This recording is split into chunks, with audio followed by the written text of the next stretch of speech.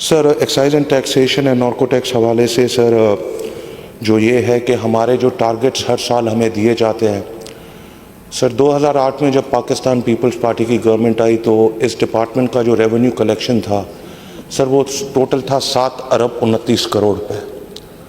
और सर आज अगर हम 2024 में देखें 25 में देखें तो सर ये 200 अरब से ज़्यादा बढ़ गया, जो अगर आप देखें तो over the years in last 17 years is a big achievement for this department. आज की तारीख में भी जो सिंध गवर्नमेंट ने एक्साइज डिपार्टमेंट को टारगेट्स दिए 202 अरब के, शुक्र अल्हम्दुलिल्लाह with along with bank guarantees वो 120% से ज़्यादा अपने टारगेट्स अचीव कर चुका है ये डिपार्टमेंट। सर इसके अलावा जो इस बार बजट स्पीच में ऑनरेबल सीएम साहब ने सिंध गवर्नमेंट ने हमारे चेयरमैन साहब के डायरेक्टिव्स पर जो अनाउंसमेंट्स की, जिसमें टैक्स फ्री बजट के हवाले से, जिसमें सर प्रोफेशनल टैक्स भी बिल्कुल ही ख़त्म कर दिया गया एक्साइज डिपार्टमेंट की तरफ से जो लोगों के ऊपर लगता था।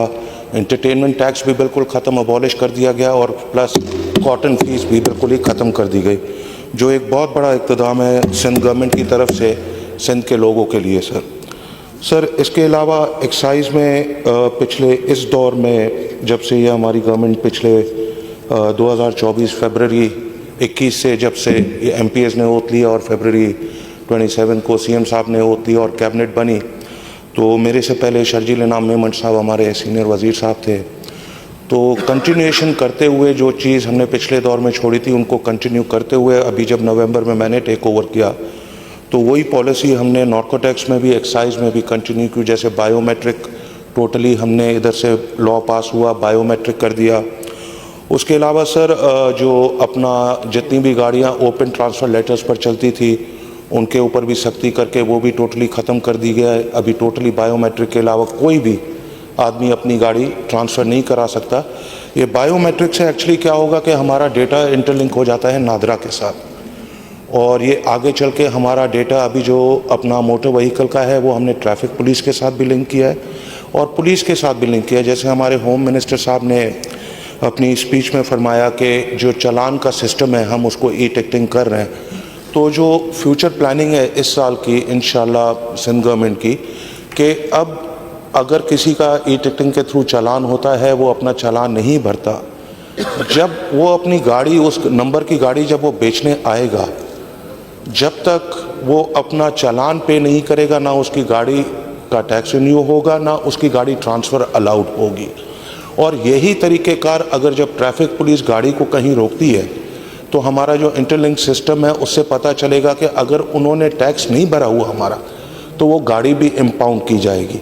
तो सर ट्रैफिक कानूनी जो कानून बना रहे हैं उस पर भी काफ़ी सख्ती होने वाली है और ये सेफ्टी के लिए हो रही है। जैसे कि अभी रिसेंटली इसी बजट में CM साहब ने अनाउंस किया कि थर्ड पार्टी इंश्योरेंस जो हमारी मैंडेटरी बन रही है उसमें जो एक SRB का सर्विसेज का टैक्स था only for third party insurance purpose, उस पर वो जो 15% था उसको कम करके 5% कर दिया गया और जो स्टैम्प ड्यूटी थी वो 500 से कम करके 50 रुपये कर दी गई और थर्ड पार्टी इंश्योरेंस भी मैंडेटरी हो गई है कि अब क्योंकि अल्लाह ना करे ये जो हादसात होते हैं तो थर्ड पार्टी इंश्योरेंस में ये क्लेम्स बहुत इजी हो जाएंगे। ये जो हैवी डंपर्स के एक्सीडेंट या नॉर्मल कार्स के एक्सीडेंट हो रहे हैं तो इस पर भी हम इम्प्लीमेंटेशन करने जा रहे हैं। और सर इसके साथ साथ हमने काफ़ी सारे पब्लिक प्राइवेट पार्टनरशिप में अभी शुरू किया है, मगर एक्साइज डिपार्टमेंट ने, गवर्नमेंट ऑफ सिंध ने, एक्साइज डिपार्टमेंट ने सर फैसिलिटेशन सेंटर्स भी खोलने शुरू कर दिए। एक हमारा अभी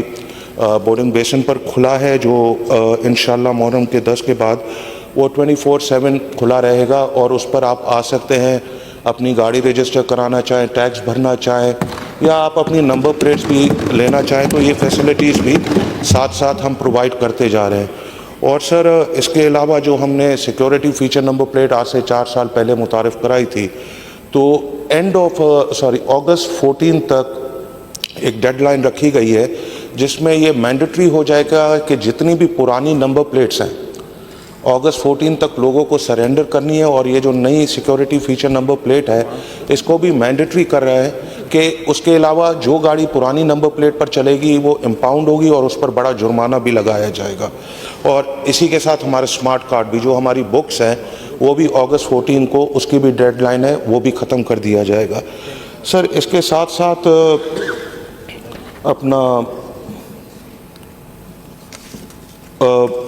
नार्कोटिक्स के हवाले से सर नार्कोटिक्स के हवाले से कैबिनेट ने पिछले साल एक हाई पावर कमेटी बनाई जिसको चेयर करते हैं एक्साइज मिनिस्टर।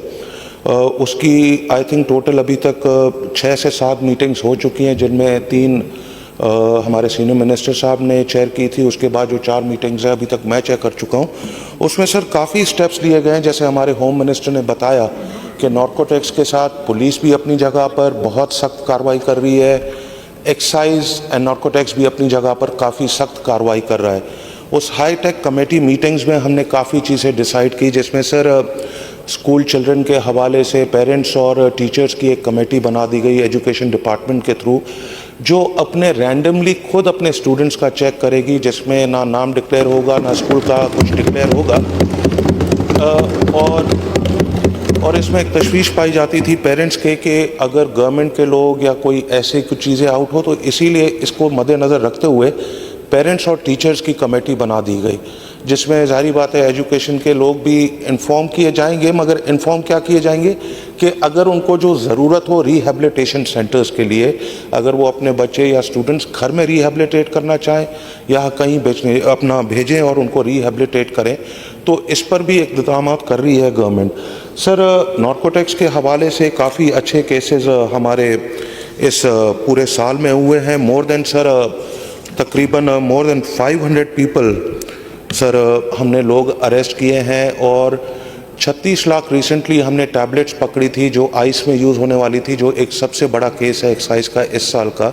उसके साथ साथ सर बड़ी मिकदार में हमने चर्स, अफीम, आइस, हेरोइन और डिफरेंट काइंड ऑफ जितने भी ड्रग्स हैं रेड करके काफ़ी, मतलब तकरीबन ऐसा समझें सर लगभग more than 700 cases has been registered in the last 1 year time throughout the year.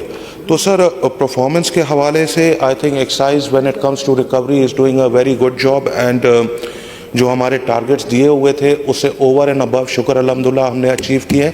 और नार्कोटिक्स के हवाले से भी बहुत जल्दी और रिक्रूटमेंट्स हम करेंगे, और अभी हमारे पास काफ़ी लोग भी अभी प्रोफेशनल वगैरह जैसे टैक्स ख़त्म हुआ है, तो उन लोगों को भी हम डाइवर्ट कर रहे हैं नार्कोटिक्स की तरफ, कि इस पर हम इंशाल्लाह मुहर्रम 10 के बाद और सख्त कार्रवाई रोड चेकिंग के हवाले से, नार्कोटिक्स के हवाले से काफ़ी चीज़ें हम इस पर काम करेंगे। और काफ़ी डिटेल आपको हमारे ऑनरेबल होम मिनिस्टर साहब ने भी इस हवाले से बताई। सर कुछ दिन पहले इधर असेंबली में हमारे कुछ ऑनरेबल मेंबर्स ने माइनॉरिटी डिपार्टमेंट के हवाले से और माइनॉरिटी से ताल्लुक़ रखने वाले मेंबर्स ने 2-4 बातें की, एक्साइज डिपार्टमेंट के हवाले से भी, नार्कोटिक्स के हवाले से भी। सर हमेशा अच्छा काम होता है जब घर से शुरू करें। बगैर नाम लिए मैं उनको रिक्वेस्ट करूंगा जो आपके लाइसेंस है काइंडली आप आएँ, वो सरेंडर करें, अपनी दुकानें बंद करें आकर। जो आपके नाम पर दुकानें हैं काइंडली आए, वो बंद करें, शुरुआत करें। सजेशंस देना इधर असेंबली में बहुत अच्छी बात है, उन पर अमल भी करें। तो मुझे उम्मीद है कि कल परसों तक भाई एप्लीकेशन देंगे कि हम सबसे पहले कार्रवाई ये शुरू करेंगे। और सर इधर मेरे भाई ने कुछ माइनॉरिटीज़ के हवाले से, स्कॉलरशिप के चेक्स के हवाले से भी बात की। तो सर मैंने अपना डॉक्टर लालचंद साहब से बात की और उन्होंने बताया कि सब कमेटी बना दी गई है जो स्कॉलरशिप के चेक्स वगैरह डिस्ट्रीब्यूट करती है, जिसमें हमारे स्पेशल असिस्टेंट राजवीर सिंह साहब हेड कर रहे हैं और MQM के अनिल कुमार साहब उसमें मेंबर हैं।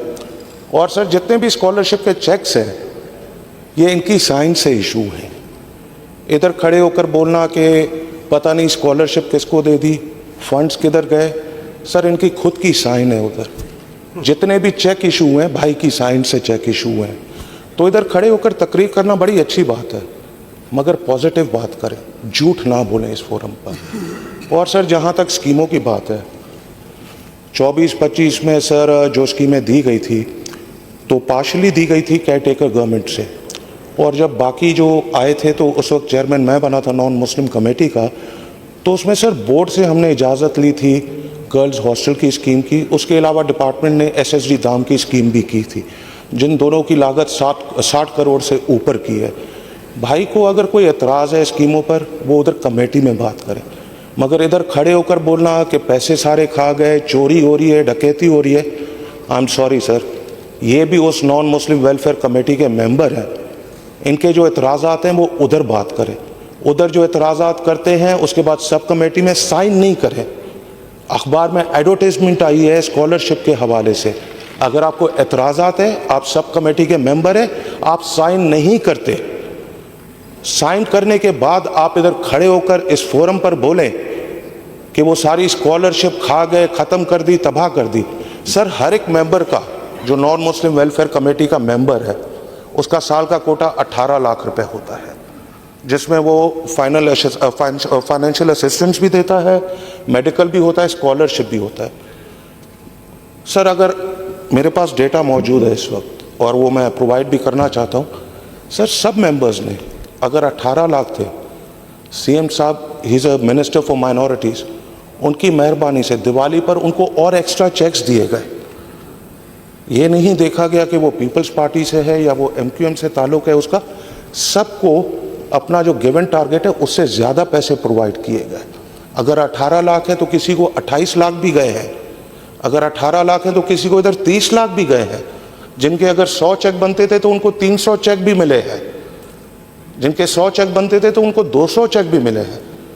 खड़े होकर एक तस्वीर देना, एक बयानिया देना कि सारे पैसे खा गए, खड़प कर गए, नहीं सर, आप तब ये बात करें कि जब आपके सामने वो चीज़ें ना हो। आप उस कमेटी के मेंबर हैं, आप उन चीज़ों को अप्रूव करते हैं, उसके बाद इधर आकर अगर पॉइंट स्कोरिंग करेंगे, आई एम सॉरी सर, ये नहीं चलेगा। आप नवाज अली को में बेटा है इनके? सर क्योंकि वो तो अलग बात है, अब इनका वो है कि अगर वालिद साहब MQ है, अपना वालिद साहब बलोचिस्तान से MP है, बेटा इधर से, तो वो अच्छी बात है। बहुत ऐसा होता रहता है, कोई ऐसा मसला नहीं है। हाँ नहीं वो खैर, तो सर वो बात ये है कि, और जहाँ तक भाई ने बोला कि 60% मंदिर अगर या पॉपुलेशन थर में है और ज़्यादा वाइन शॉप इधर है, तो मेरा ताल्लुक़ नहीं है, मगर बलोचिस्तान हब की पॉपुलेशन सर मेरे ख्याल में 30,000 भी नहीं होगी नॉन मुस्लिम की। अगर इधर लाखों में है, उधर 30,000 होगी। अगर इधर 10 वाइन शॉप्स हैं तो उधर खाली 30,000 के लिए 4 वाइन शॉप्स हैं। सर घर से शुरुआत करें ना। मैं तो कहता हूँ आप अच्छी बात बोल रहे हैं, आए अपने लाइसेंस सरेंडर करें, लिख कर दें कि भाई मेरे को ये काम नहीं करना, मैं कल आ रहा हूँ सरेंडर करने अपनी चीज़ें, आए शुरुआत करें, फिर गवर्नमेंट भी आगे हाथ बढ़ाएगी। तो सर बैठकर बातें करना, पॉइंट स्कोरिंग करना, ये सर हमने 2002 में सीखी थी चीज़ें, मगर हमने कभी की नहीं। बिकॉज वी बिलीव कि जो चीज़ हो सच बोलेगा, जो चीज़ हो वो हकीकत बोलेगा।